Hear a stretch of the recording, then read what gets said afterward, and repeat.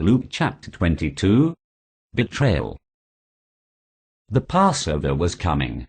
The Jewish leaders were looking for a way to get rid of Jesus.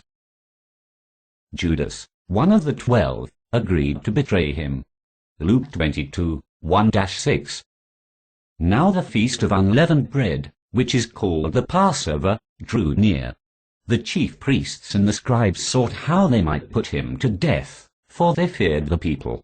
Satan entered into Judas, who was surnamed Iscariot, who was numbered with the 12. He went away, and talked with the chief priests and captains about how he might deliver him to them. They were glad, and agreed to give him money. He consented, and sought an opportunity to deliver him to them in the absence of the multitude. The Passover meal. The Passover feast was immediately followed by another feast, the Feast of Unleavened Bread, which lasted 7 days. The feasts, Passover and the unleavened bread together, came to be called just the Passover. Luke 22, 7. The day of unleavened bread came, on which the Passover must be sacrificed. Jesus put Peter and John in charge of preparing the meal. Luke 22, 8-9. He sent Peter and John, saying, "Go and prepare the Passover for us, that we may eat." They said to him, "Where do you want us to prepare?" Luke 22, 10-13. He said to them, "Behold, when you have entered into the city, a man carrying a pitcher of water will meet you. Follow him into the house which he enters. Tell the master of the house, 'The teacher says to you, where is the guest room, where I may eat the Passover with my disciples?' He will show you a large, furnished upper room. Make preparations there." They went, found things as he had told them, and they prepared the Passover. The Passover feast would begin Friday evening. Remember, a new day started in the evening, hearkening back to Genesis. The evening and the morning was the first day, etc. Luke 22, 14-13. When the hour had come, he sat down with the 12 apostles. He said to them, "I have earnestly desired to eat this Passover with you before I suffer, for I tell you, I will no longer by any means eat of it until it is fulfilled in the kingdom of God." The Passover meal began with a cup of wine, the first of 4 cups. There was a prayer of thanksgiving for the Passover. Then came the first course of the meal, which consisted of greens and bitter herbs. Luke 22, 17-18. He received a cup, and when he had given thanks, he said, "Take this, and share it among yourselves, for I tell you, I will not drink at all again from the fruit of the vine, until the kingdom of God comes." Next came the Haggadah. Probably not in this setting, but traditionally, a young boy would ask a ceremonial question, "What is the meaning of this?" The head of the household would then explain the symbols behind the meal, reciting from the book of Exodus. Luke 22, 19. He took bread, and when he had given thanks, he broke it, and gave to them, saying, "This is my body which is given for you. Do this in memory of me." Then they would sing the first portion of the Hallel, from Psalm 113. Then followed the main course, lamb, which was introduced with the second cup of wine. Perhaps it was just after the main meal that Jesus got up to wash the disciples' feet. See John 13. Next came the third cup of wine, called the cup of blessing. This cup was a memorial to the redemption of Israel, the freedom from slavery in Egypt. See Exodus 6, 6. There was another thanksgiving prayer and the finishing of the Hallel, from Psalm 114. That was probably the cup referred to in verse 17. Finally, the meal was concluded with the fourth cup, the cup of consummation. The fourth cup was a memorial to God choosing a people for himself. See Exodus 6, 7. That was probably the cup mentioned by Luke in verse 20. Luke 22, 20-23. Likewise, he took the cup after supper, saying, "This cup is the new covenant in my blood, which is poured out for you. But behold, the hand of him who betrays me is with me on the table. The Son of Man indeed goes, as it has been determined, but woe to that man through whom he is betrayed." They began to question among themselves, which of them it was who would do this thing. The dispute. The disciples disputed again about being the greatest. If this sounds familiar, you might recall they had a similar argument earlier about who would be the greatest. See Luke 9:46-48, Luke 22:24-28. There arose also a contention among them, which of them was considered to be greatest. He said to them, The kings of the Gentiles lord it over them, and those who have authority over them are called benefactors. But not so with you. But one who is the greater among you, let him become as the younger, and one who is governing, as one who serves. For who is greater, one who sits at the table, or one who serves? Isn't it he who sits at the table? But I am in the midst of you as one who serves. But you are those who have continued with me in my trials. Perhaps the dispute was the catalyst for the example Jesus gave when he washed their feet. See John chapter 13. Jesus explained how leadership should work among his disciples. It was a leadership based on service. Luke 22:29-33. I confer on you a kingdom, even as my Father conferred on me, that you may eat and drink at my table in my kingdom. You will sit on thrones, judging the 12 tribes of Israel.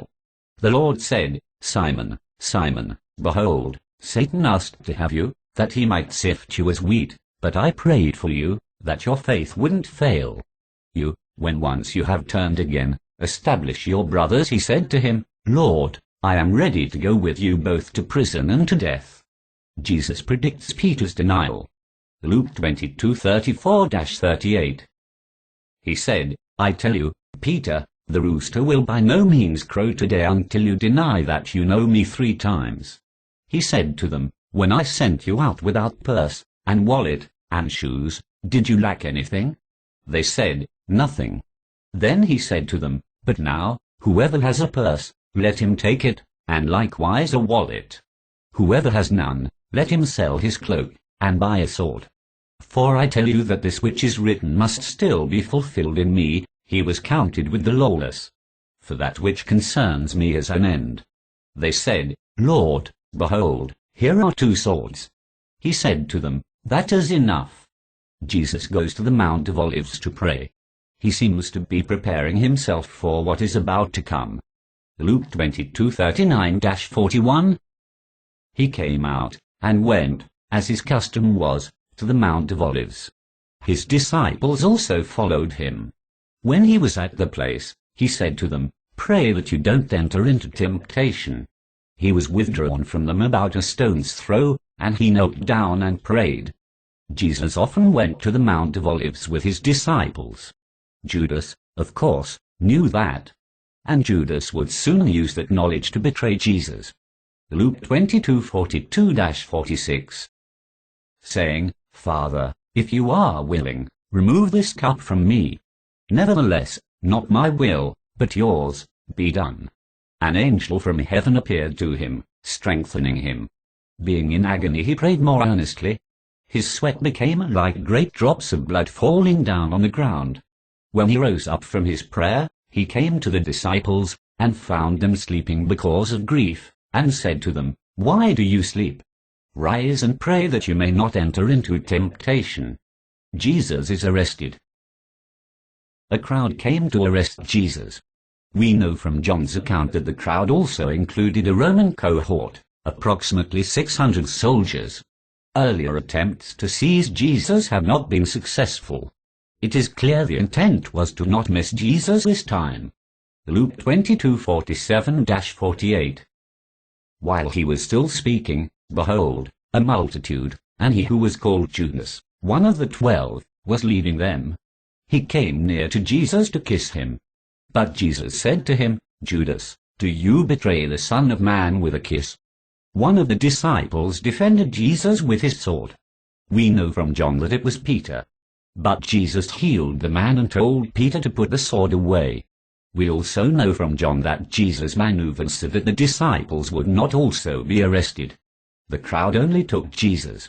Luke 22:49-53. When those who were around him saw what was about to happen, they said to him, Lord, shall we strike with the sword? A certain one of them struck the servant of the high priest, and cut off his right ear. But Jesus answered, Let me at least do this, and he touched his ear, and healed him. Jesus said to the chief priests, captains of the temple, and elders, who had come against him, Have you come out as against a robber, with swords and clubs? When I was with you in the temple daily, you didn't stretch out your hands against me. But this is your hour, and the power of darkness. Peter denies knowing Jesus. Peter and John followed Jesus. You can fill in the blanks by reading John chapter 18, Luke 22:54. They seized him, and led him away, and brought him into the high priest's house. But Peter followed from a distance. Can you imagine how Peter felt after denying that he knew Jesus 3 times? And then just as the rooster crowed, Jesus looked right at Peter. Man. Luke 22:55-59. When they had kindled a fire in the middle of the courtyard, and had sat down together, Peter sat among them. A certain servant girl saw him as he sat in the light, and looking intently at him, said, This man also was with him. He denied Jesus, saying, Woman, I don't know him. After a little while someone else saw him, and said, You also are one of them. But Peter answered, Man, I am not. After about 1 hour passed, another confidently affirmed, saying, Truly this man also was with him, for he is a Galilean. Luke 22:59-64. After about 1 hour passed, another confidently affirmed, saying, Truly this man also was with him, for he is a Galilean. But Peter said, Man, I don't know what you are talking about. Immediately, while he was still speaking, the rooster crowed. The Lord turned, and looked at Peter. Then Peter remembered the Lord's word, how he said to him, Before the rooster crows you will deny me 3 times. He went out, and wept bitterly. The men who held Jesus mocked him and beat him. Having blindfolded him, they struck him on the face and asked him, Prophesy. Who is the one who struck you? Jesus is interrogated by the Jews, and finally a council is convened. It is good to also read the other accounts to get a full picture of the proceedings. Luke 22:65-69. They spoke many other things against him, insulting him. As soon as it was day, the assembly of the elders of the people was gathered together, both chief priests and scribes, and they led him away into their council, saying, If you are the Christ, tell us. But he said to them, If I tell you, you won't believe, and if I ask, you will in no way answer me or let me go. From now on, the Son of Man will be seated at the right hand of the power of God. Jesus ultimately admitted that he was the Christ, the Son of God. The Jews would use that affirmation to bring accusations against him to Pilate, calling for the death penalty. Luke 22:70-71. They all said, Are you then the Son of God? He said to them, You say it, because I am. They said, Why do we need any more witness? For we ourselves have heard from his own mouth. The end. Luke chapter 22.